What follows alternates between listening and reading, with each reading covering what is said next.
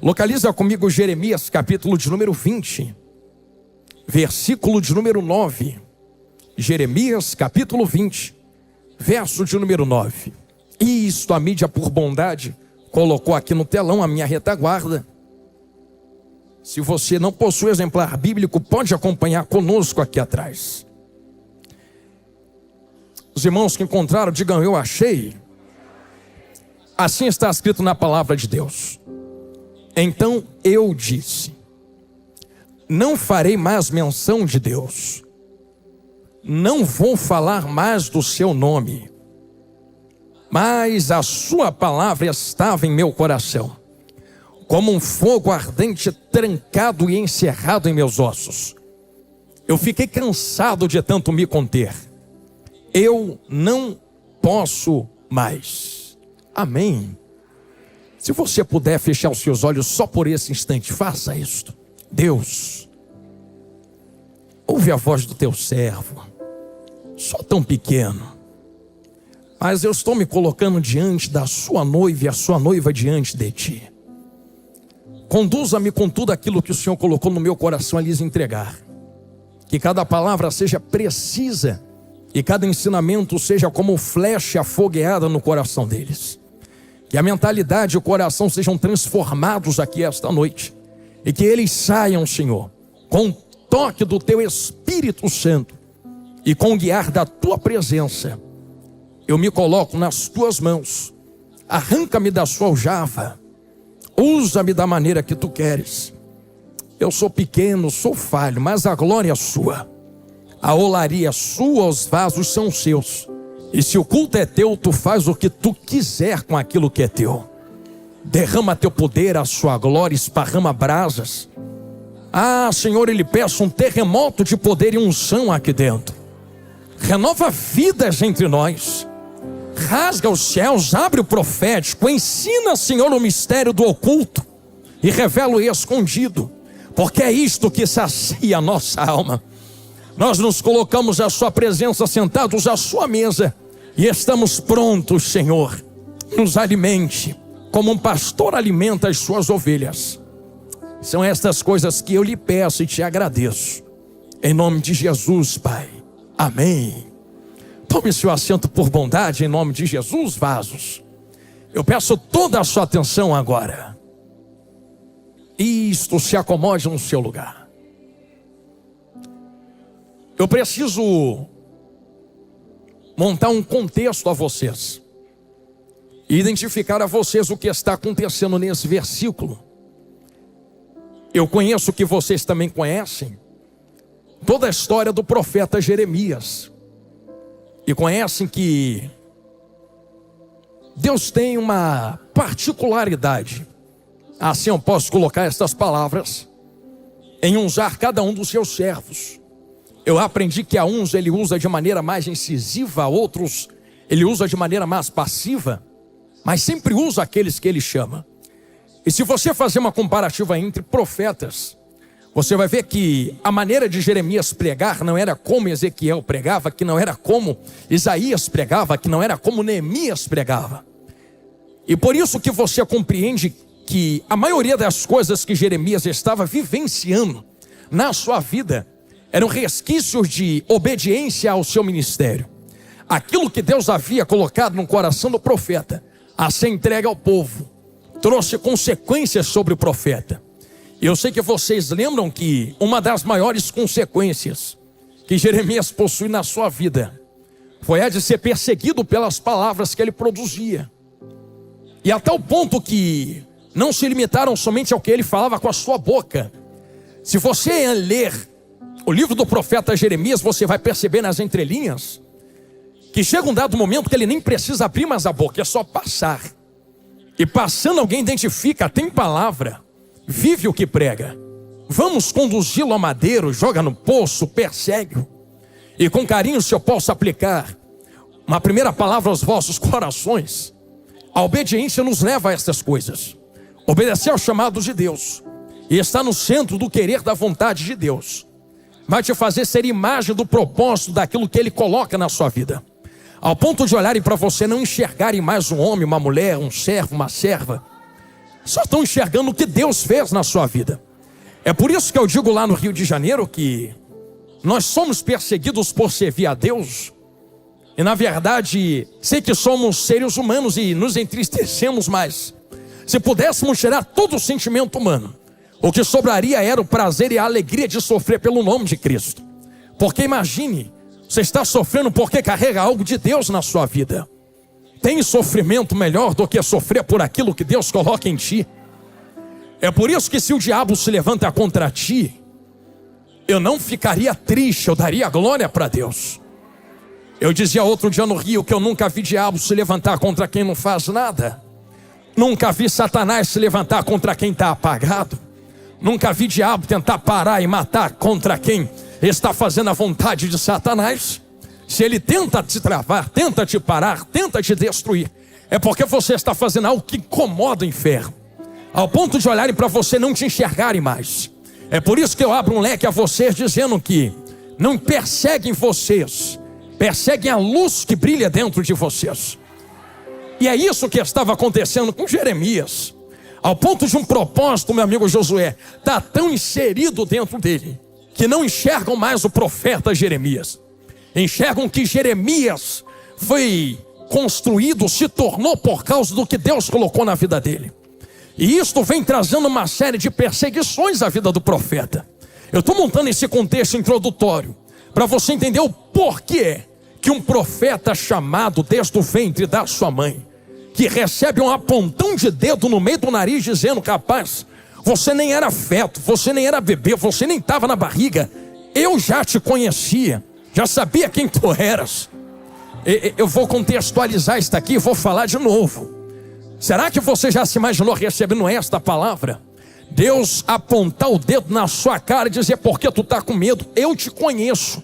Não é tu quem me conhece, sou eu quem conheço você. E isso aqui abre um leque para nós pensarmos, galeria. Algo que eu ministrava também outro dia aos adolescentes que eu e minha esposa fazemos parte de uma diretoria e lideramos. E eu dizia a eles: vocês têm prazer de estar na presença de Deus? Eles diziam: claro que nós temos. E eu retruquei a mensagem dizendo: mas e Deus tem prazer de estar na presença de vocês? Por isso que eu quero inverter esse pensamento dentro do contexto de Jeremias. Porque quem está dizendo que conhece não é Jeremias que conhece Deus. É Deus quem faz questão de descer e dizer: eu quem te conheço. Tu nem existia, eu já te conhecia. Tu não tinha nome, eu já o sabia.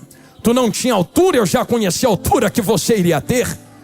E é por isso que existe um pensamento teológico dentro disso. Eu estou falando com muita calma, não estou com pressa de passar nisto.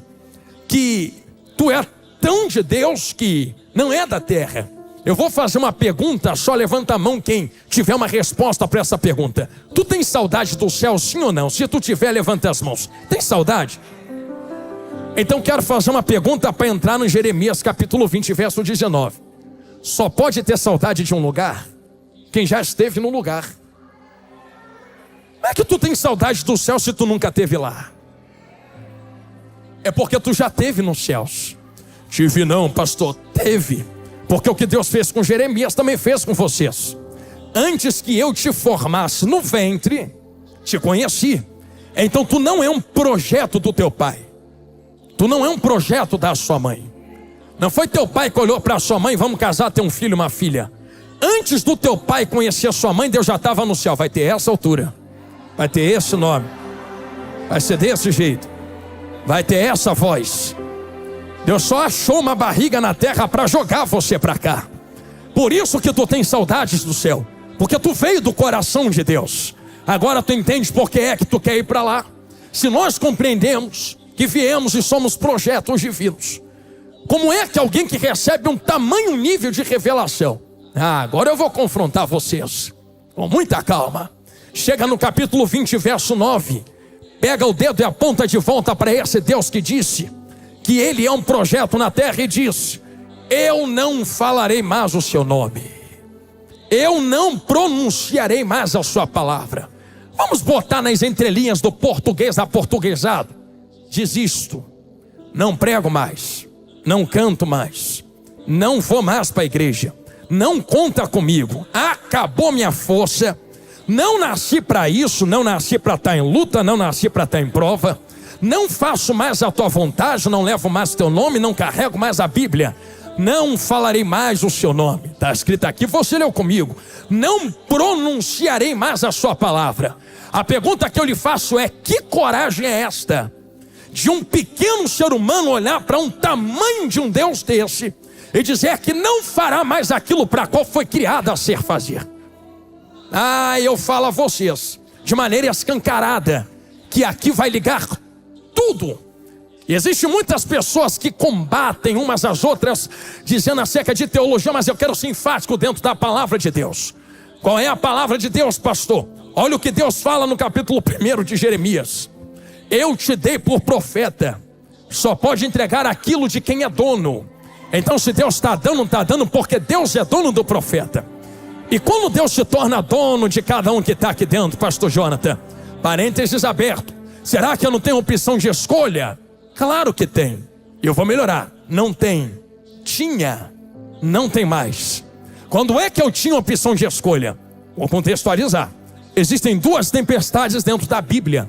Na primeira tempestade, Jesus está dormindo na proa do barco. Na segunda, ele chega andando sobre as águas. Pode ler na tua Bíblia quando tu chegar em casa, que na primeira tempestade, Jesus não mandou ninguém seguir ele. Seguiu quem quis, entrou no barco quem quis, veio quem quis, levantou a mão porque quis, pegou na Bíblia porque quis, entrou na igreja, quem mandou?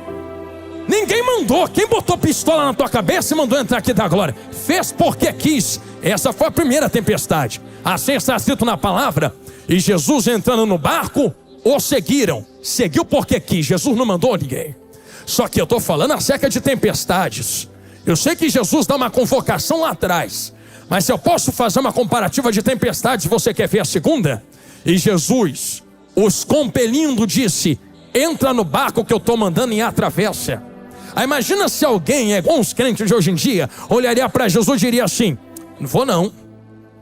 A primeira vez que eu entrei em barco atrás de tu foi tempestade atrás de tempestade. Sabe o que Jesus diria? Ele pegaria esse dedo, apontaria no nariz e diria assim: quem mandou tu me seguir da primeira vez?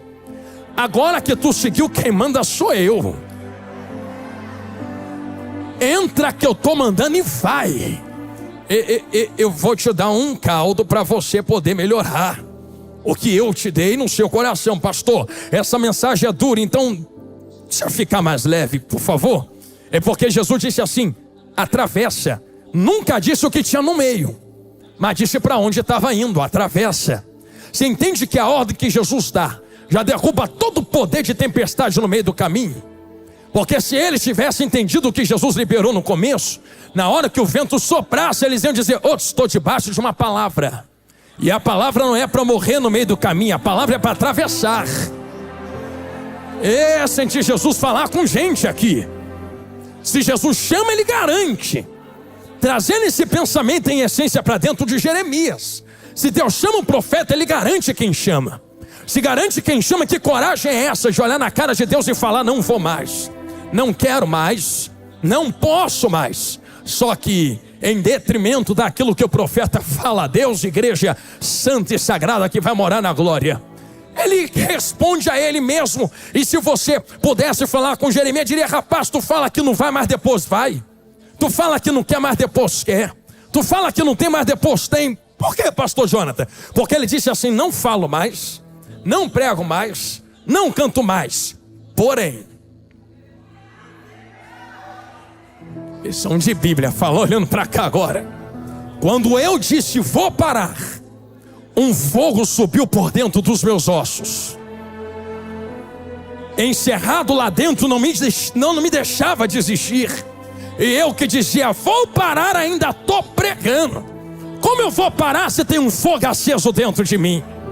Como eu posso desistir se tem algo de Deus aceso dentro de mim?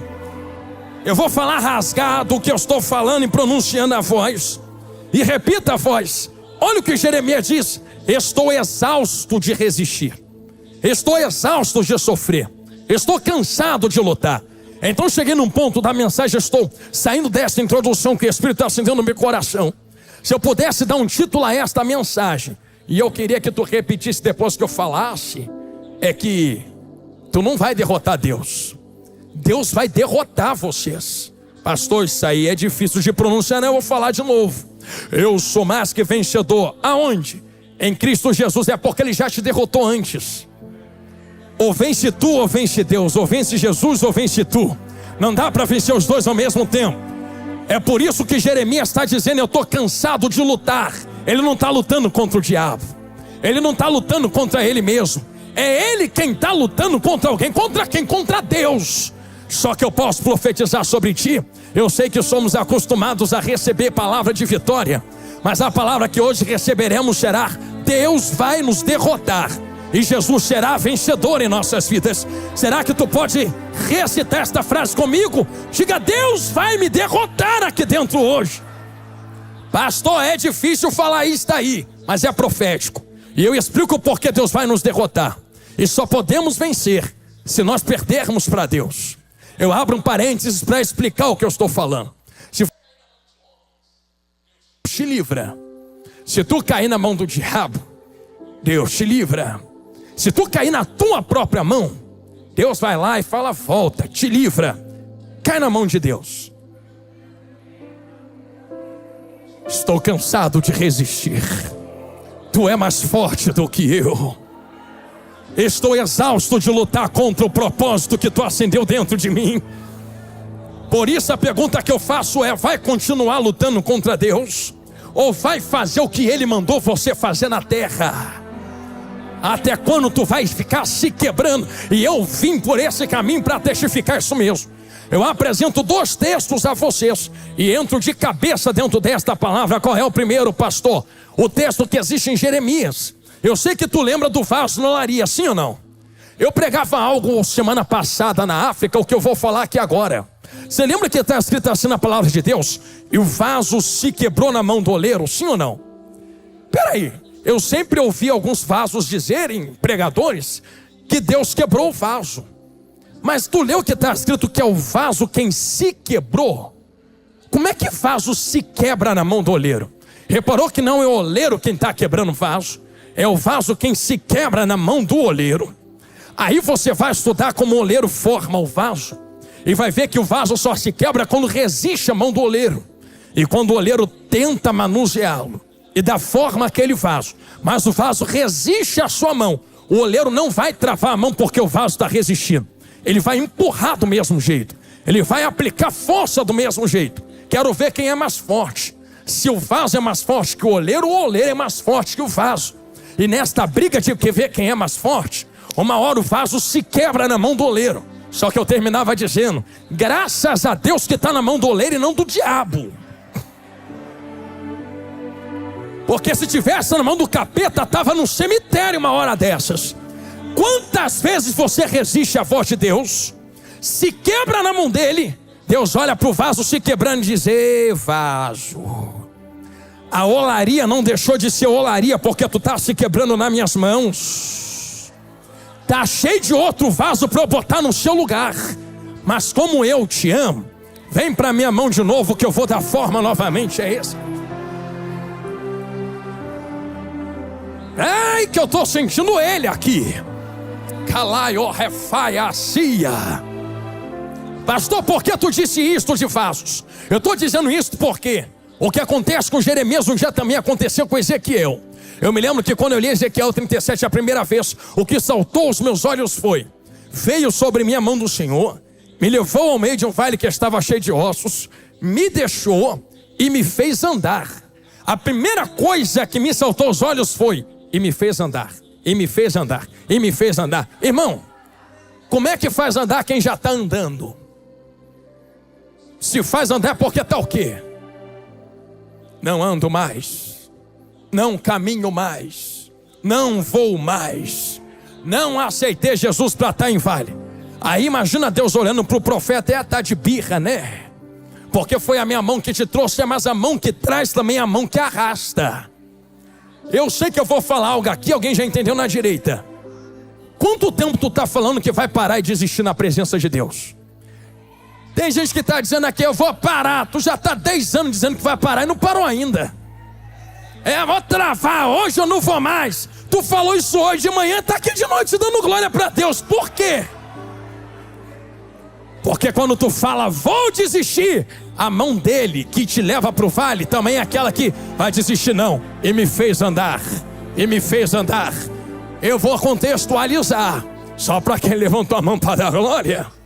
Quando tu falou, vou parar, como não é o profeta que manda em Deus, como não é o vaso que manda no oleiro, como não é tu que manda em Jesus, mas é o contrário. Ele foi lá em tu e cita Gálatas 2. Aí tu vivo não, mas eu tô morto. Quem é que vive em mim agora? Se eu tô morto, morto não manda em si mesmo.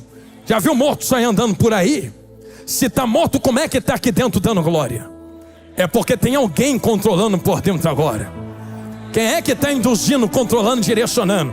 Cristo vive em mim, não é? Então permita-me aplicar uma palavra ao seu coração. Imagina você falando, estou sem força. Jesus diria assim, não tem problema. Através do Espírito do meu Pai, que foi enviado a vós, a mão que vai te levar para a igreja não é a tua, é a minha. A mão que vai dirigir o teu carro não é a sua, é a minha através da tua. A mão que vai te vestir não é a tua, é a minha através da tua. Tu nem tinha força para tomar banho para vir para a igreja. Nem para comer tu quer comer. Mas quando tu desiste da vida, é Ele quem te alimenta, é Ele quem te veste, é Ele quem te traz, é Ele quem te faz sentar aí, é Ele quem te induz a palavra a dizer, não vai parar, só vai desistir, só vai parar, perdão, quando a última trombeta tocar e tu chegar lá na glória. Jesus grandão, uma voz está esquentando. Se tu entende que nós não vamos parar, porque existe algo que queima nos nossos ossos. Agora eu posso contextualizar, permita-me abaixar aqui para olhar para a Bíblia que está diante de mim. E se você quiser acompanhar na sua Bíblia, não estou com pressa de passar por isso. Nós podemos começar a entender algumas coisas que estão diante desse texto. O pastor entendeu o quê? Começamos a compreender que quando ele começa a citar, não me lembrarei dele, não falarei mais no seu nome, mas a sua palavra foi como fogo ardente. Essa palavra ardente, permita-me usar, agora eu sou pregador, também sou pastor e sou estudante de teologia. Às vezes eu não gosto muito de usar termos teológicos porque pode parecer um pouco maçante, mas é necessário usar nesse momento, me suporte só um pouco. A palavra utilizada para ardente dentro de Jeremias, capítulo 20, verso 9, é baiar, ou baiar, no hebraico. Essa palavra não quer dizer somente algo que queima. Essa palavra quer dizer algo muito poderoso que não pode ser apagado. Eu não sei quem já teve chance de acender gasolina. Criança, pega álcool da mãe escondida no armário e joga nos gravetos no quintal, toca fogo. Eu não sei se tu já reparou que o álcool queima muito rápido. Ele faz assim, ó, e depois some. Agora tu já queimou querosene. Certa vez alguém entregou um galão de querosene nas minhas mãos, que arrumou em uma empresa, e falou assim, Johnny, isso aqui é bom para queimar galho, planta, graveto. Eu falei, tá bom. Só que eu não conhecia o poder do querosene, pastor. E eu sem conhecer, pensando que era igual ao álcool, taquei o galão inteiro lá dentro. Fui acender. Quando eu acendi, não é igual ao álcool que pega rápido. Ele demora a pegar. Só que o álcool, embora pegue rápido, também apaga rápido. Agora, quando o querosene pega fogo, irmão, até hoje, porque eu acendi no quintal da minha casa, está aqui minha vaso de prova, todas as árvores que estavam em volta secaram e morreram por causa do calor. A chama subiu quase 6 metros de altura, porque a nossa casa tem 2 andares, e no teto de cima, na laje de cima, ainda tem um beiral para fora, e o beiral ficou todo queimado no isopor, porque ainda estava sem bolso. Você entende que foi tão poderoso e tão ardente, que subiu 6 metros de altura, ninguém conseguiu ficar perto, e aquele fogo ficou muito tempo, só acabou quando todo o galho, toda a lenha, toda a madeira foi consumida. É desse fogo ardente que Jeremias está falando aqui. Não é um fogo que se acende com fósforo, não é um fogo que liga no isqueiro e desliga, é um fogo que demora a pegar. Depois que pega, ninguém apaga, ninguém retira, entende? Aí nós começamos a entender que o poder desta chama ardente que está dentro dele está encerrado. Novamente eu vou ao original e peço a paciência dos irmãos. A palavra para encerrado ou trancado é iatzar. Essa palavra iatzar não é somente algo que está encerrado, mas é algo que está restringido, aprisionado. Eu queria que você compreendesse isso. É um fogo poderoso que ninguém contém, mas alguém conseguiu prendê-lo, conseguiu encerrá-lo. Quem fez isto? Jeremias. Que poder é esse que o profeta tem de segurar esse fogo? Que poder é esse que o profeta tem de aprisionar esse fogo que ninguém aprisiona? Só que tem uma consequência do porquê ele está aprisionando um fogo poderoso que não pode ser aprisionado. Ele está sendo consumido pelo lado de dentro. Estou cansado de lutar. Aprisionar esse fogo está me destruindo. Reter o que não pode ser retido está acabando comigo. Está me derretendo pelo lado de dentro. É por isso que você entende que quando ele fala de meus ossos, ele não está falando de qualquer coisa. Novamente eu peço que você olhe a sua Bíblia. A palavra no hebraico utilizada para ossos é ietzei. Essa palavra no original não é só osso que sustenta a carne. Cheguei aonde Jesus mandou. Agora eu vou do começo da introdução para o meio da mensagem. É substância no original. Olha o que está no original: osso, essência, substância. Essência e substância é o que Jeremias está falando. Então no português, claro, o que Jeremias escreve para nós é: eu pensei, não me lembrarei mais de Deus, não falarei mais o seu nome, mas a sua palavra é como um fogo poderoso que não pode ser contido. Mas eu estou tentando prendê-lo na minha substância, na minha essência, mas eu estou cansado de lutar contra esta essência, contra esse fogo. Por que Jeremias está dizendo isso? Eu poderia usar como exemplo os anjos entrando para libertar quem estava aprisionado de dentro da prisão, porque não tem prisão que retenha aquilo que Deus decidiu abrir. Mas eu quero ser mais enfático. Aqui me olha de olho arregalado. A substância que Jeremias se refere, a essência que ele se refere, não é somente o osso físico, palpável. Estou gostando do olhar arregalado. Esse osso, essa substância que ele se refere, é aquilo que o sustenta, é aquilo que o coloca de pé, é aquilo que o segura. O que é que segura, pastor? Parênteses aberto, peça a sua paciência. Formou Deus o homem do pó da terra, soprou fôlego nas suas narinas, e o homem se torna alma vivente. Existem três coisas que formam cada um que está me olhando de olho arregalado. Corpo, formou do pó da terra. Alma, se tornou alma vivente. E espírito, soprou nas narinas. Só existe alma pensante falando para vocês, porque Deus sopra algo de dentro dele no corpo que não tinha vida. Então eu peço que você guarde isso que eu vou falar agora. Está vendo isso aqui?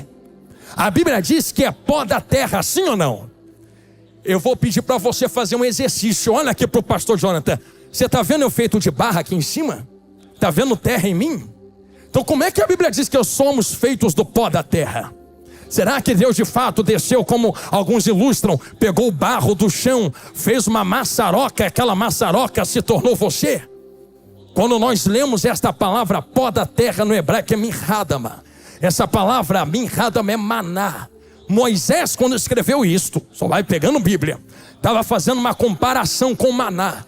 E você lembra que maná, que Deus mandava no deserto, tem data de validade, sim ou não? E depois da data não apodrece. Então o que Moisés está dizendo é: formou Deus um homem de algo que nem data de validade e apodrece. Em outras palavras, formou Deus um homem de carne, pele, osso, unha, cabelo. E Deus pegou esse recipiente, soprou. Só que quando Deus sopra, Deus não só coloca fôlego. Não é como alguém que, como um maquinário, dá um chute, a máquina pega. Deus tira algo de dentro dele e infla Adão. O inflar aqui é dar movimento àquilo que não tem vida, retirando vida de dentro da vida e colocando vida dentro de algo que não tem vida, para que aquilo que não tem vida possa passar a ter vida. Estou sentindo Jesus na minha boca. Só que a vida que Deus coloca não é inerte. A vida que Deus coloca não é só isso aqui, ó. Não é só hálito, não é só fôlego. O que sai de Deus sai com uma consciência. Pastor, espírito não tem consciência, então o Espírito Santo é o quê? O que Deus coloca dentro de ti tem uma breve consciência de inclinação. O que no jardim do Éden só vai comendo Bíblia. Sei que eu estou ficando pesado na teologia, mas vamos, vai dar certo. O que tem no jardim do Éden é Etzer Hará e Etzer Ravô. O que é isso, pastor? Inclinação para o mal, inclinação para o bem. Adão não se inclina para o bem porque quer. Você já reparou que quem está desviado da presença lá fora tenta preencher o vazio que tem do lado de dentro com tudo, mas não consegue? Porque todos têm fôlego, espírito. Só que o espírito que há em nós não veio de nós, veio de Deus. Por isso todo homem inconscientemente se inclina para Deus. Pode estar na cachaça, mas ainda vai ter falta. Pode estar na bebida forte, mas ainda vai ter buraco na alma. Pode estar nas drogas, mas ainda vai estar com vazio. Quando é que o homem acha propósito? Quando entende que a inclinação do espírito está para Deus. Estou sentindo Jesus, vou ficar olhando para a galeria agora. Só que existe uma alma aqui dentro também, lembra? O que está pregando para vocês aqui não é o espírito que Deus soprou dentro. O que está pregando para vocês é a alma do pastor Jonathan Carlos. A minha alma são meus sentimentos, é a minha mente, é o que fala, é o que sente, é o que decide, é o meu coração. Eu teria a oportunidade de dizer a você nesse momento da palavra que a gente costuma pregar que existe uma guerra entre carne e entre espírito, não é? Se for entre carne e Espírito Santo, ok. Mas quando vem para o nosso lado, é entre alma e entre espírito. Porque o espírito quer Deus, mas a alma quer a carne. O espírito quer Deus, mas a alma quer a carne. Esta foi a guerra de Adão, e esta é a guerra de todos que estão aqui me olhando agora. Pastor, desviou completamente de Jeremias. Eu sei que fiz isso aqui, mas agora eu quero começar a fazer isso aqui e voltar para lá. Por quê, pastor Jonathan Carlos? Porque se existe uma alma aí dentro, o que está pregando para vocês aqui agora não é meu corpo. Corpo só funciona porque tem uma alma do lado de dentro falando.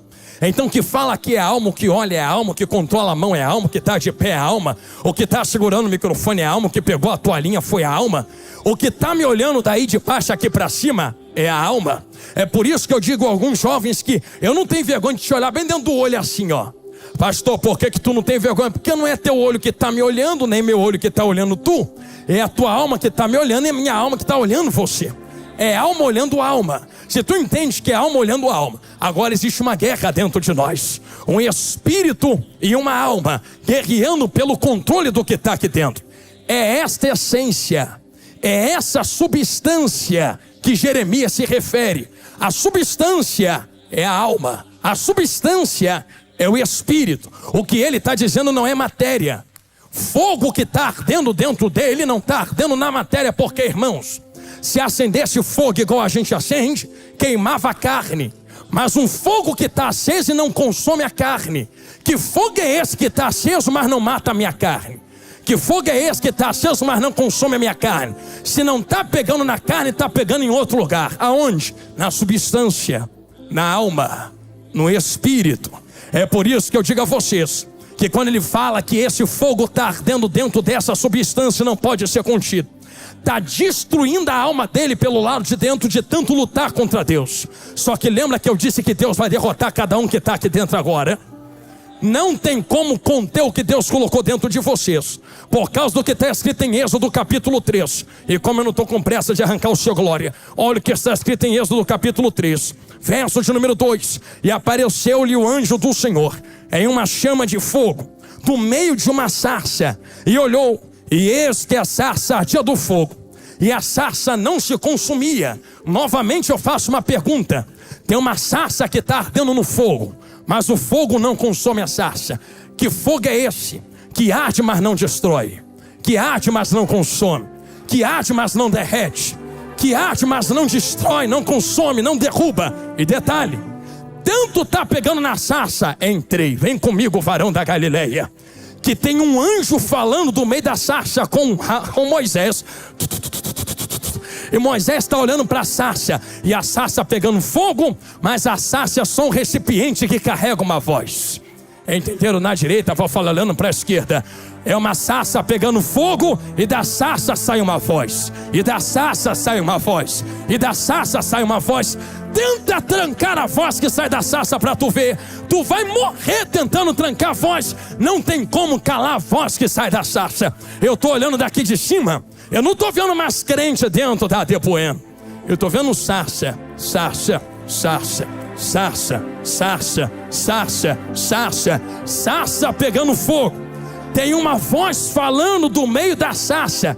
Ai, Jesus, como eu amo a sua palavra. Que voz é essa, pastor Jonathan? Tem alguém comigo? Diga glória a Deus. Então toma a Bíblia. O anjo do Senhor apareceu-lhe e lhe falava. Mais à frente você vai ver que o Senhor, em letras maiúsculas garrafais, que ali no original é Jeová Yahvé, fala com Moisés assim: tira a sandália do pé, porque o lugar que tu está é terra santa, sim ou não?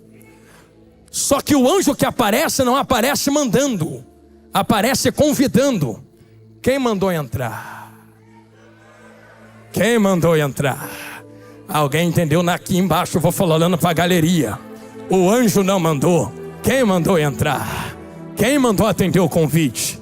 Quem mandou vir de curioso? Agora que veio, a palavra muda.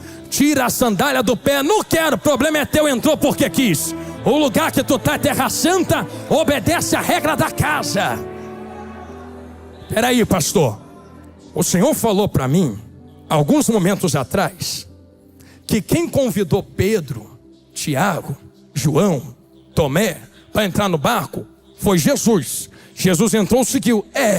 Entrou porque quis. Agora tu está falando que o anjo aparece e a convida a Moisés, e Moisés entra e o anjo não obriga? Que anjo é esse que tem poder de convidar, mas depois que entra a voz muda e passa a ser ordenância? O anjo do Senhor não é Miguel, não é Gabriel. Quer saber quem é o anjo do Senhor em Êxodo 3? É alguém maior que Miguel. É alguém maior que Gabriel. Miguel bate continência para esse anjo aqui. Gabriel se curva diante desse anjo aqui. Pastor, adorar anjo não pode. Mas tu lembra de Abraão? Porque eu lembro de Abraão e lembro de João. João dentro do céu em visões viu um anjo, não o anjo, viu um anjo. Aí ele dobrou o joelho e adorou aquele anjo. Aí o anjo falou assim: rapaz, não me adora não, porque eu sou teu conservo. Anjo não recebe adoração. Se anjo não recebe adoração, como é que na porta da tenda de Abraão apareceram 3 anjos? E entre eles estava o anjo que apareceu para Moisés também. Eu vou tentar ensinar o que Abraão fez aquele dia. Ele veio correndo, fez assim, ó.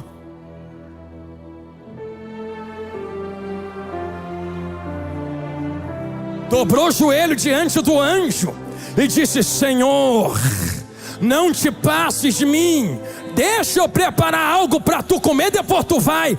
Eu imagino o anjo: adora mesmo, porque tu sabe quem chegou aqui na tua frente, rapaz.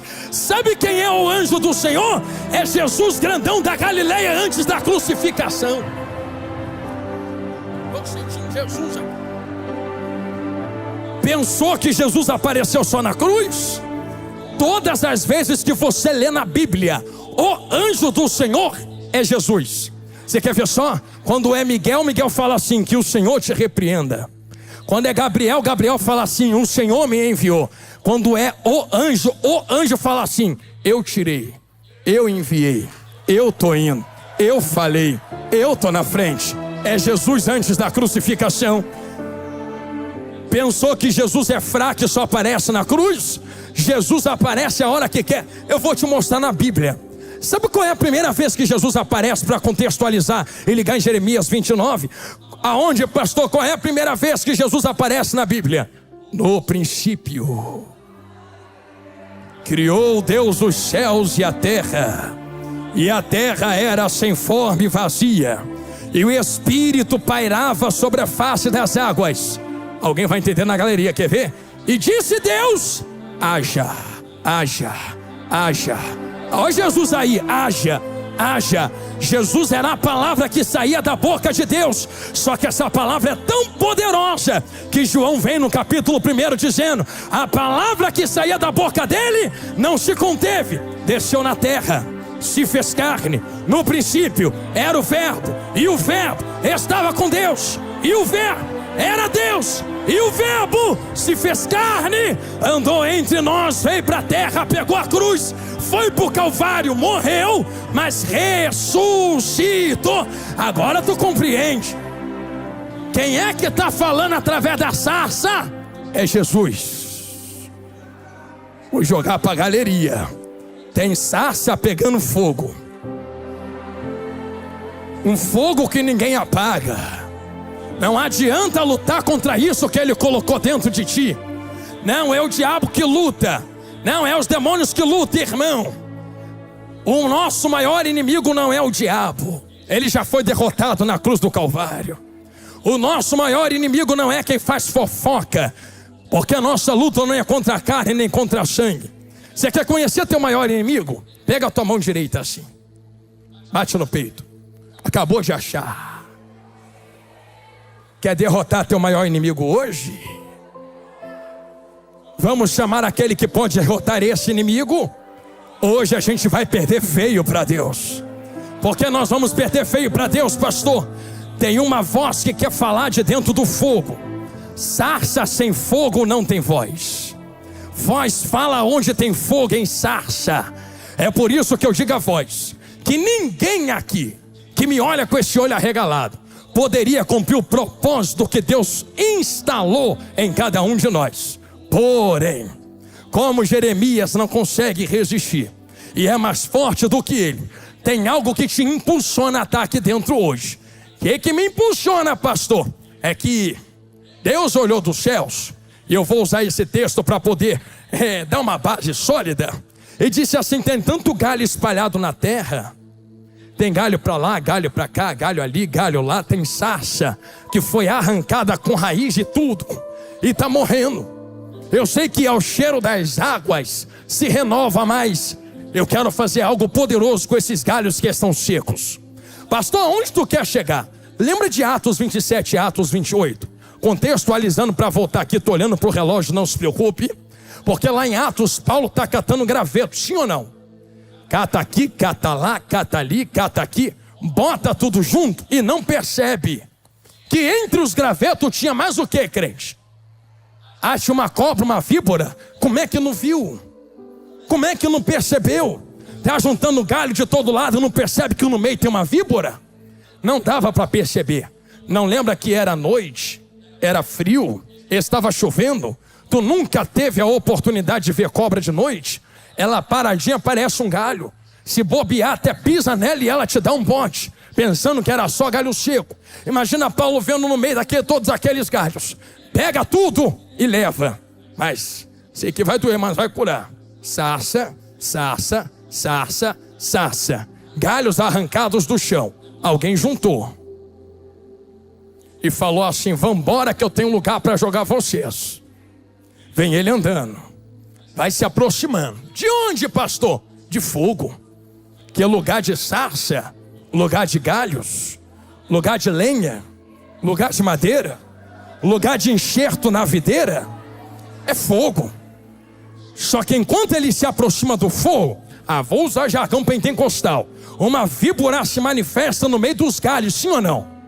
Engraçado, ela estava escondida dentro. Tem gente que se assusta com esse texto. Mas tem que estar escondida dentro, porque fora já mostrou a cara. Entenderam? Aqui embaixo, vou falar olhando para cima. Ela não se esconde lá fora, se esconde dentro do ajuntamento de galhos. Só tem um jeito. Não entendendo, vou falar olhando para a galeria, de não permitir que víboras se escondam em áreas específicas entre galhos. Fogo, fogo, fogo, fogo, fogo, fogo, fogo, fogo, fogo, fogo. Quanto mais Paulo se aproximava, a víbora se manifesta e agarra o braço dele. Ele balança no fogo, não morre. Aqui fica uma mensagem clara, quem está olhando de olho arregalado. Tem muita coisa que está contra nós, que só vai sair quando o fogo pegar de uma maneira como nunca antes pegou. Não tente reter o fogo. Pastor, que fogo é esse que tu está falando sobre a minha vida? O fogo se apagou um dia.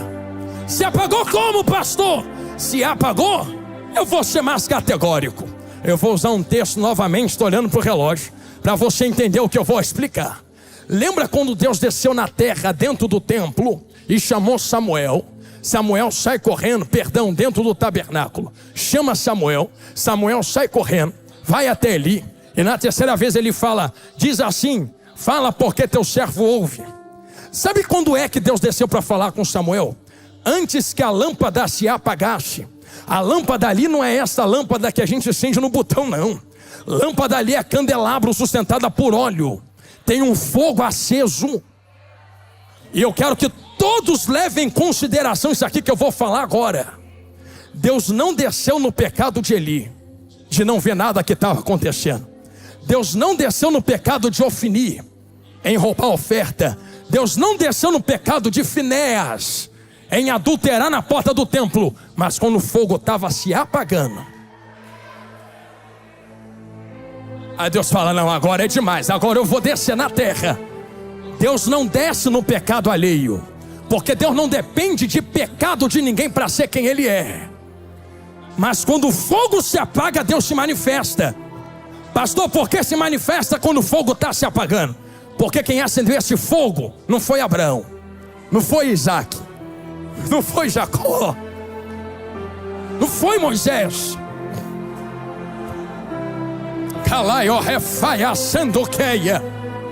Diz a Bíblia que desceu um fogo diante de Deus, e Deus deu ordem aos sacerdotes, eu acendo fogo, é vocês quem colocam lenha.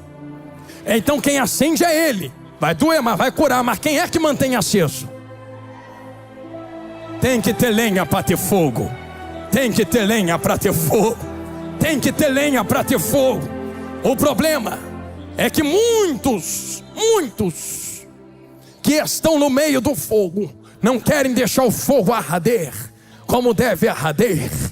É por isso que estamos diante de uma situação na Bíblia agora.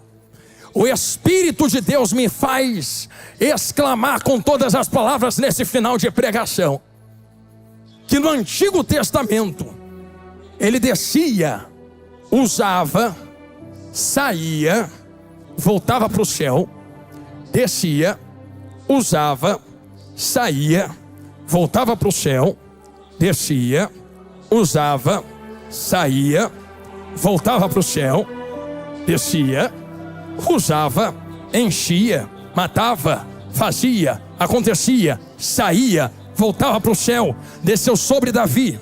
Não lembra que quando o Espírito se apoderou de Davi, saiu de Saul? Porque ou está em Saul, ou está em Davi. No Antigo Testamento o Espírito não permanecia em dois ao mesmo tempo. Me prova na Bíblia como as coisas agora. Lembra de um profeta dando um tapa na cara do outro e dizendo assim, por onde o Espírito de Deus desceu e passou por mim para pousar em ti. Ou está falando na tua boca ou está falando na minha, não nos dois ao mesmo tempo. Porque o Espírito só descia em um de cada vez e não ficava. Sabe aonde tem um contexto paralelo disso? A Arca de Noé. Noé solta a pomba 3 vezes, sim ou não? Na primeira vez que solta a pomba, sai e volta. Sai e volta porque não achou onde pousar os pés. Aí eu dizia outro dia que pomba não achou onde pousar os pés, assim como o fogo não achava onde se queimar. Por isso o Espírito descia e ficava, onde tem lenha? Só achei um galho, aí queimava no galho. Mas quando o galho se consumia e morria, ele saía e voltava. É por isso que no Antigo Testamento tu sempre vai ler assim, e os céus se abriram. Aí lá na frente, e os céus se abriram. Como é que abre de novo se já abriu antes? É porque abriu, o Espírito veio. Voltou, fechou. Abriu, veio. Voltou, fechou. Abriu, veio. Voltou, fechou. Imagina Deus olhando para a terra e dizendo assim, ah não, um galho de cada vez é muito pouco. Eu quero sarças, muitas. Eu não quero só um galhozinho pequeno. Eu quero a floresta da Debuena inteira na minha presença. Ah, Deus, tem um problema. Como é que tu vai queimar esse povo? Se o Espírito só está achando um galho de cada vez, imagina Deus. Ah, eu vou plantar. Quando é que Deus planta, pastor? Todo plantio começa com uma semente, né? Eu vou falar de novo. Todo plantio começa com uma semente, né? Ou Eva, ou Adão, ou Satanás. Se preocupa não, eu vou plantar da semente da mulher. Aí vem o grandão, agora eu vou tirar, já está chegando no final. Vem o grandão da Galileia pisando na terra assim. Me permite, pode deixar aqui o pedestal. Vem ele pisando assim na terra. Ah, que eu gostei disso daqui. Vem ele andando, pregando, falando. Entra dentro do Rio Jordão. Estou chegando em Jeremias 20, a gente ora agora. Sai de novo. Na hora que ele sai, os céus se abriram. Lembra? Se abriu, está fechado. Na hora que abriu, desceu o quê? A hora que o Espírito desce, pousa sobre ele assim, ó. Aí Deus pega o dedão, aponta para a terra. Esse é meu filho amado em quem me comprazo. Só que ali foi diferente, pastores. Porque lembra que o Espírito vinha, estou terminando agora. Vinha, usava, saía, voltava. Vinha, usava, saía, voltava. Com Jesus foi diferente. O Espírito veio, pousou, ficou. Assim. Aí Jesus começou a andar pregando. O povo olhando para aquele negócio esquisito. Se levantou Moisés, Isaías, Daniel, Jeremias. Só gente grande. Ninguém conseguiu fazer o que esse carpinteiro está fazendo. Porque em Jeremias o Espírito veio, queimou, saiu, voltou. Em Daniel veio, queimou, saiu, voltou. Com Moisés veio, queimou, saiu, voltou. Reizão Davi veio, queimou, saiu, voltou. Com ele é diferente, ele é sarça. Com ele veio e ainda está queimando, queimando, queimando, queimando, queimando, queimando, queimando, queimando. Está na cabeça dele, eu estou vendo. Ao ponto dele abrir o rolo do profeta Isaías um dia, vasos, e dizer assim: o Espírito do Senhor não vai vir, já está sobre mim. Está aqui. Aí está Jesus carregando o Espírito. Só que lembra que ele quer acender tudo que é floresta na terra. Aí ele vira para os discípulos, terminei agora, e diz assim: meu amigo Arthur, é necessário que eu vá. Para quê, pastor Jonathan? Para que seja enviado outro consolador. Vocês vão queimar. E eu quero ver você segurar o fogo que ele vai acender. Só que tem um negócio diferente, crente. É que lá no jardim do Éden, Deus não descia em Adão. Está ali. Deus descia no jardim. E lembra que tem uma alma aqui do lado de dentro. Para alcançar o Adão que estava aqui. Imagina Deus, rapaz, tu quebrou tudo, quebradeira. Eu vou inverter. Antes eu descia fora para alcançar o que está dentro. Mas agora eu não quero mais queimar fora para alcançar dentro. Agora eu quero descer dentro, queimar dentro para falar fora. E como é que tu vai fazer? Vem Jesus grandão. Por isso que eu pedi o pedestal aqui. Bota a cruz nas costas. Aí vem subir no Calvário. Ai, ai. Alguém fala: se é filho de Deus, quero ver descer agora. Ele: não, eu estou plantando. Vai ter muita lenha para papai. Vai ter muita gente queimando fogo. Quero ver quem vai apagar o fogo. Será que a falta de dinheiro?